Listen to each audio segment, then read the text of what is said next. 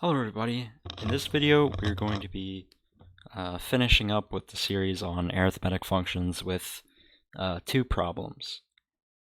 And before I start the video, I want to mention again, I mentioned at the end of the last video, but just in case people didn't make it all the way to the end, I have a poll on my community tab, and there will be a link to the community tab both in the description. So in the description of this video and in a comment. So I'll comment the link just in case people don't know how to get to the community tab. So I will have a poll, or I already have a poll up for which series to do next. So there is, I guess, an order of the votes that are already there, a series on manifolds, a series on inversive geometry, which has to do with circle inversion. So sending points inside the circle to points outside the circle and vice versa. And then complex number geometry. So I think this is the ranking of, how many votes are here. So manifolds currently holds more than 50% of the votes. So I'm pretty sure that's what's going to be my next series, but it doesn't really matter to me. Just whatever gets the most votes is the one that I'll do.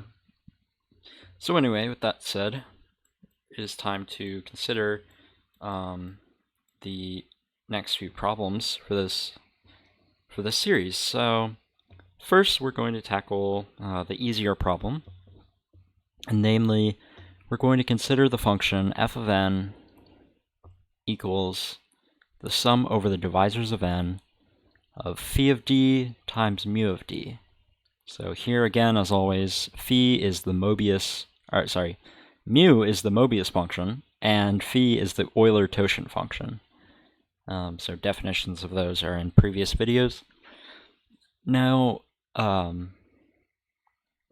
should I say?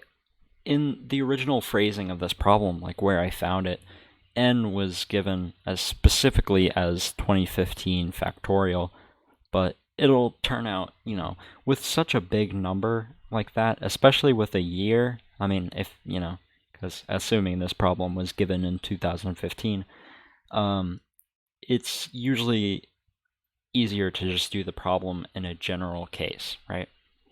So the first thing to notice, or the first thing after, watching the series is, at first this looks like a Dirichlet convolution, right? Because you're multiplying two different things and you're summing over divisors of n. But the problem is both functions are evaluated at d. In a Dirichlet convolution, one of the inputs would be n over d, but that's not what we have here. So really this is just like sort of a confusion factor. All we have to do is notice that this product of two multiplicative functions is going to be multiplicative, right? Because if we take phi of xy times mu of xy, where x and y are co-prime, then we can just break up phi and break up mu. Sorry, I don't really know what I was going for there. Phi of y, mu of y, right? So this product of multiplicative functions is again going to be multiplicative. And we've showed generally that the sum over the divisors of a multiplicative function is multiplicative. So f of n is multiplicative. That means all we have to do is evaluate f at certain prime powers, right? So let's just take f of p to the k. And notice that, right, if we're summing over the divisors of p to the k, that's just going to be 1 p dot dot dot p to the k. And let's assume also that k is greater than 1, which is a good assumption for when we're dealing with the Mobius function here, right? So, so here we have phi of d, mu of d, and now I'll just scoot this over here. So phi of 1 times mu of 1 is 1. Both multiplicative functions evaluated at 1 is going to be 1. And then for the next one, we'll have phi of p, and then a Mobius function evaluated, the Mobius function evaluated at a prime value is always going to be -1. And then for the higher terms, right, mu is going to be 0 whenever n has a square factor. So for p, so if d divides p to the k, that means that d equals p to the r for some r, right? And if r is greater than 1, then d is going to be, p squared, p cubed, whatever. Those numbers are going to have square factors, right? Namely, they're going to have a factor of p squared. So mu is going to be 0, so all the terms in this sum are going to be 0. So we can just ignore those terms. So here we have 1 minus phi of p. Phi of p is going to be p times 1 minus 1 over p, which is just p minus 1. So this is 2 minus p. So f evaluated at p to the k, where k is greater than 1, is 2 minus p. And notice this holds really for k greater than or equal to 1 because of these zeros here. This is the k equals 1 term, right? And so obviously if we were just evaluating f of 1, which would be the k equals 0 case, we would just get 1, which we don't really have to worry about.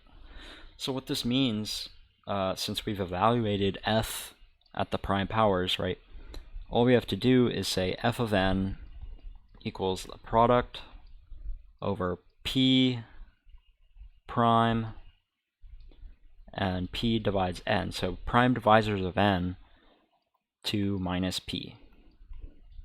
So this is a formula for f of n. And notice that, in particular, if n is even,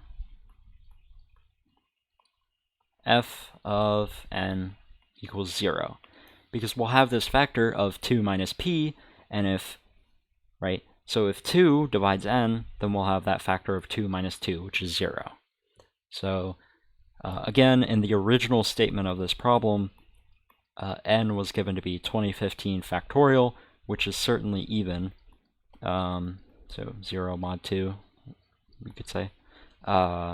So, right, that sum for n equals 2015 is going to be, or 2015 factorial is going to be 0. So that's the first problem. Now the second one is going to be to evaluate the summation over integers, or I guess natural numbers, n, for which mu of n equals 1, of 1 over n squared. Now this, looks kind of weird, right? So we know, right, we know that if we weren't just specifying mu of n equals 1, right? If we just had n equals 1 to infinity of 1 over n squared, then this sum is just zeta of 2, which many of you may have seen a proof that this sum equals pi squared over 6, right? And I'm not going to, derive that here, but you can look that up. That the even integer values of zeta are known numbers. So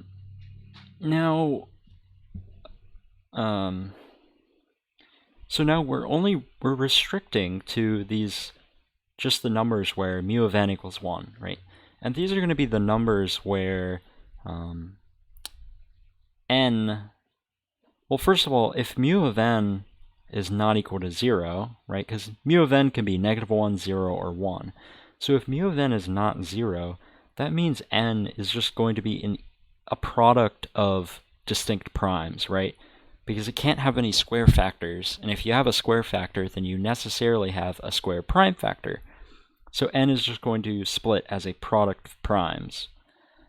And now the question of is whether mu of n is negative or positive comes down to how many primes are in this product, right?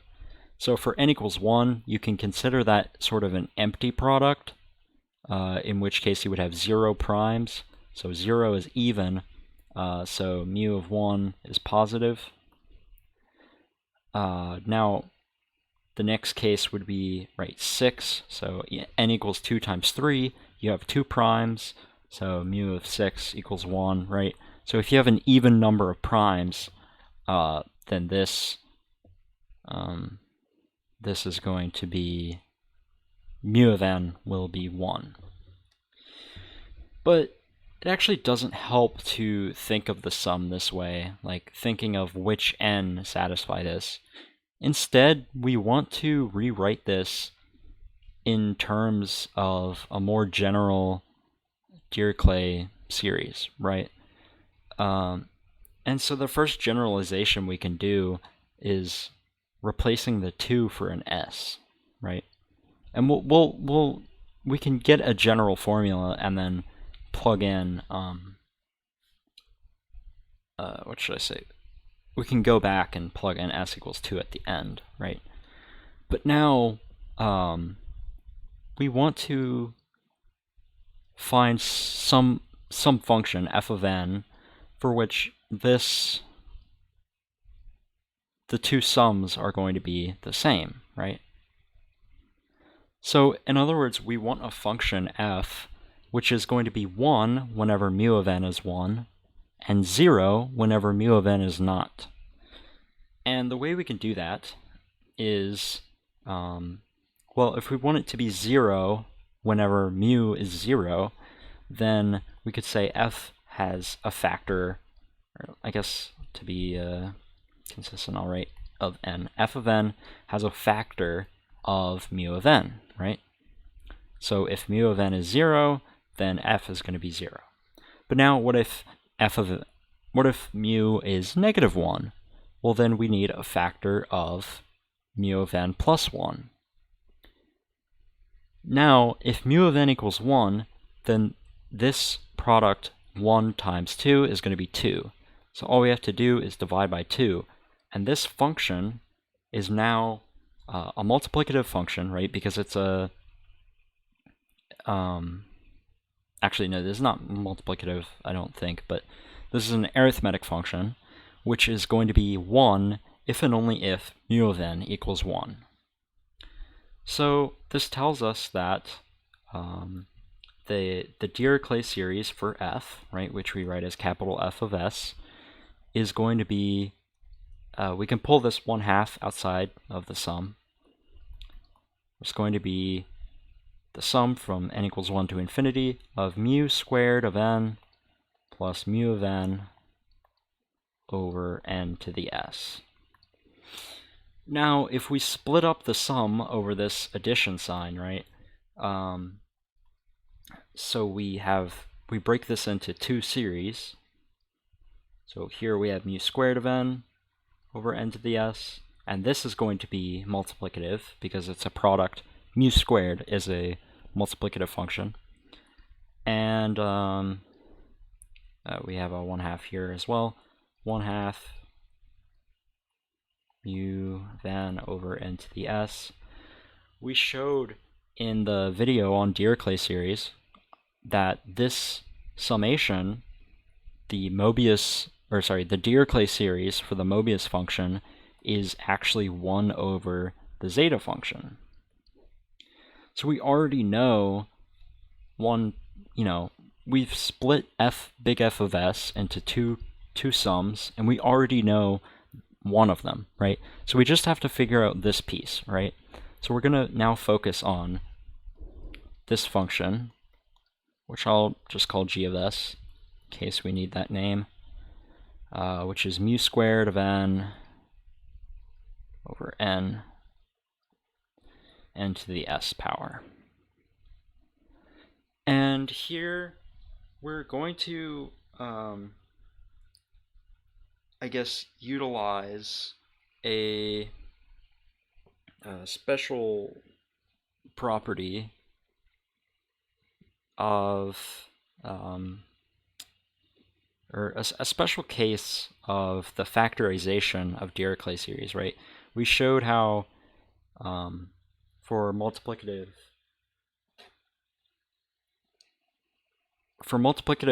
functions, right, we can split this into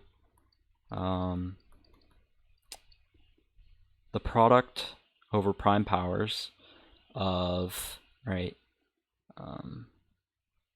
1 plus f of p over p to the s. Well, so here we have mu squared, right? So, sorry, I'm kind of slowing down because I'm realizing this is a better proof than what I did in my scratch work. So I'm going to keep going on with this. Right, we showed that this formula holds, and we can use this equality because mu squared is multiplicative. And now we know mu squared evaluated at a prime value. Well, mu of a prime is -1, so we square it and it becomes 1.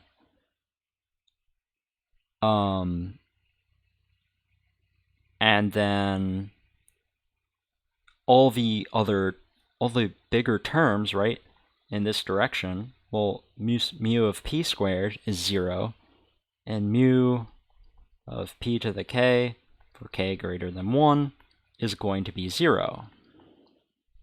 So we can entirely ignore this part. So what we have is that this is now a product over all primes of 1 plus 1 over p to the s. And furthermore, remember that for the zeta function, right, which is, again, the sum from 1 to infinity of 1 over n to the s, since 1 is a completely multiplicative function, we showed for completely multiplicative functions, so p prime p, we could write this as the product of, so basically 1 over 1 minus 1 over p to the s, right? Because it's essentially this formula here, but since it's completely multiplicative, this becomes a geometric series, and we can use the geometric series formula to write it like this. So now what we can do with this product, because we notice that this is almost the same, except we have a plus sign here, we have a minus sign here, and we have this inversion, right? But what we can do is use the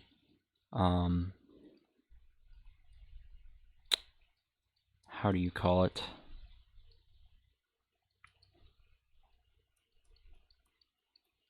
I'll just write while I think. The difference of squares formula. There we go. So if we just multiply the top and bottom by 1 minus 1 over p to the s, then the top part will become 1 minus 1 over p to the 2s, and the bottom part will become 1 minus 1 over p to the s. Okay. And now, now this basically becomes, I'm going to write it like 1 minus 1 over p to the s to the -1. So I'm just going to basically flip this so it's easier to see that now we can use this formula for the zeta function, And we can write this as zeta of s over zeta of 2s. So that's what this sum, the Dirichlet series for mu squared of n, is zeta of s over zeta of 2s. So now we can come back to f of s, right? So let me get rid of this. It's going to be 1/2. So now we can pull out the 1/2 again, because we just have these two sums, which we've now determined what we know what both of these are. So we have zeta of s over zeta of 2s plus 1 over zeta of s.